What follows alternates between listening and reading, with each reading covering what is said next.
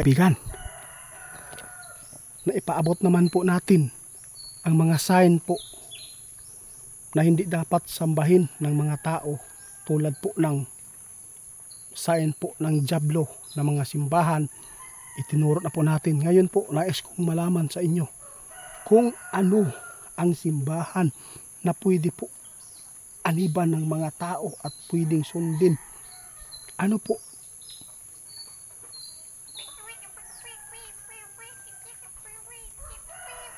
Sa lahat po ng makapanood sa atin, sana hindi kayo magalit. Inyong haling gustong malaman. Ito po ang inyong request noon pa na gusto nyong malaman sa ating kaibigan. Kasi po sila po yung nauna dito. Kung ano po ba ang simbahan na pwede natin aniban. Kaibigan, ano po ba ang mga sign na pwede aniban ng mga tao ngayon na simbahan? Guys, ito ang sabi ng ating kaibigan.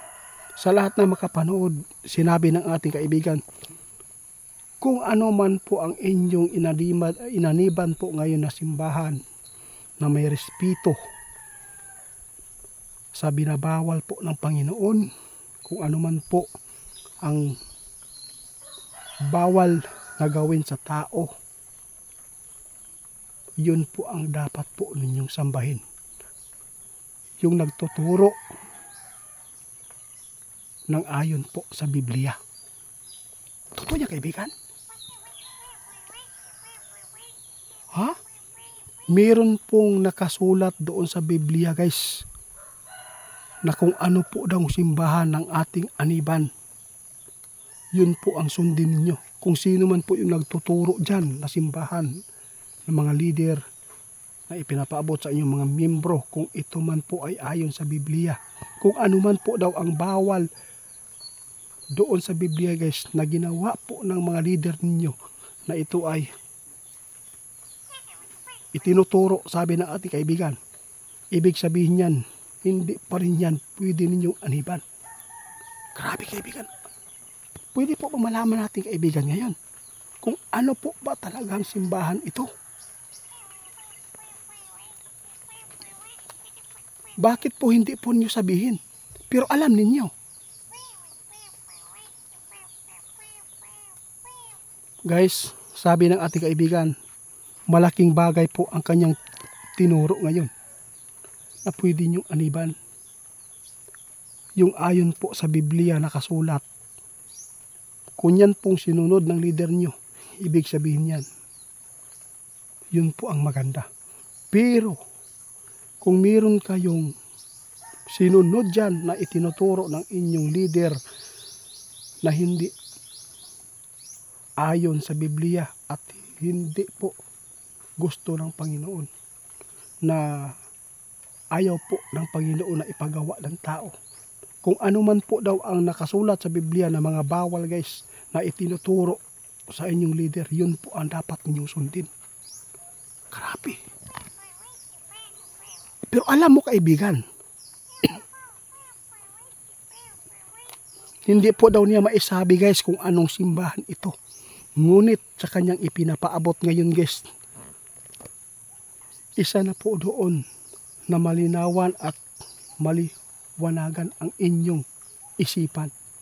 Kaya dapat sa lahat ng mga panood sa atin, buksan ninyo ang inyong isipan, imulat po ninyo ang inyong mga mata na sana itong tinuro ng ating kaibigan na inyong ni-request ating kaibigan, kung ano ang dapat po natin na pasukan, lalo na yung mga sign po ng Diablo.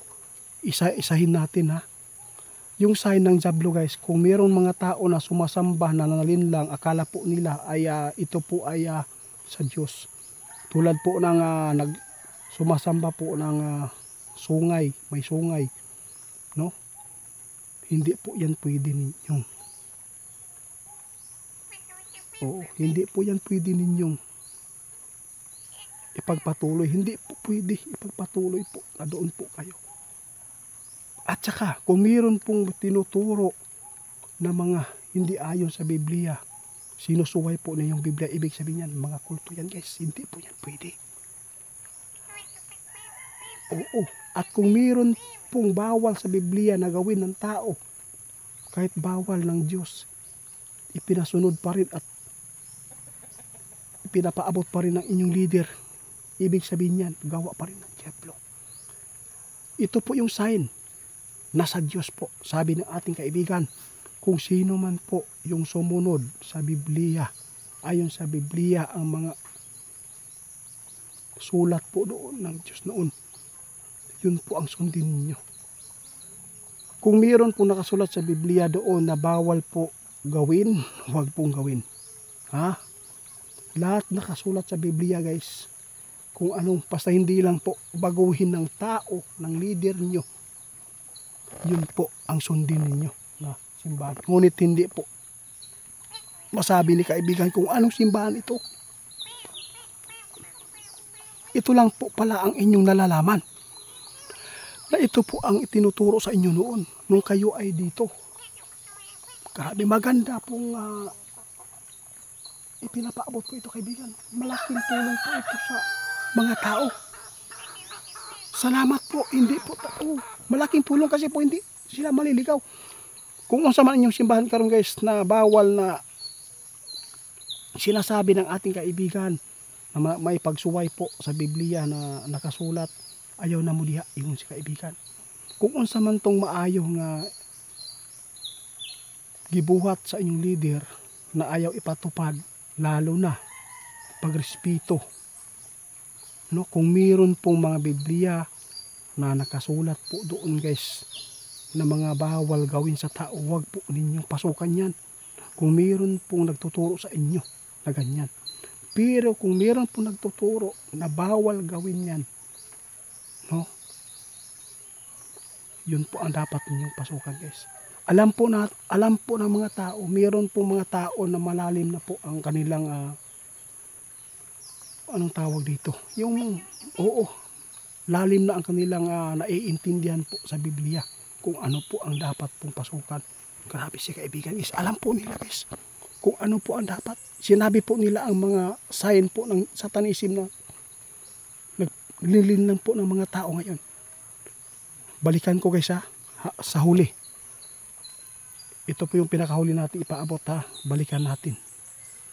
Kung unsa man gani ang nakasulat sa Biblia na ikaayo sa tao na dapat ninyong sunduhon, kana inyong aniban. Kung naagani mga kung naagani mga Biblia nga nakasulat diha, kung naay mga sulat sa Biblia diha nga dili ipabuhat sa Ginoo, kung gitudlo man na sa inyong leader, bisag bawal sa Ginoo gitudlo yapon sa inyo, ayaw mo ana. Isa na po kayo dyan na malilin lang. Salamat kaibigan. Alam natin makatulong ito dahil po ito po talaga ang inyong hinihintay. Nakasagutan ng ating kaibigan.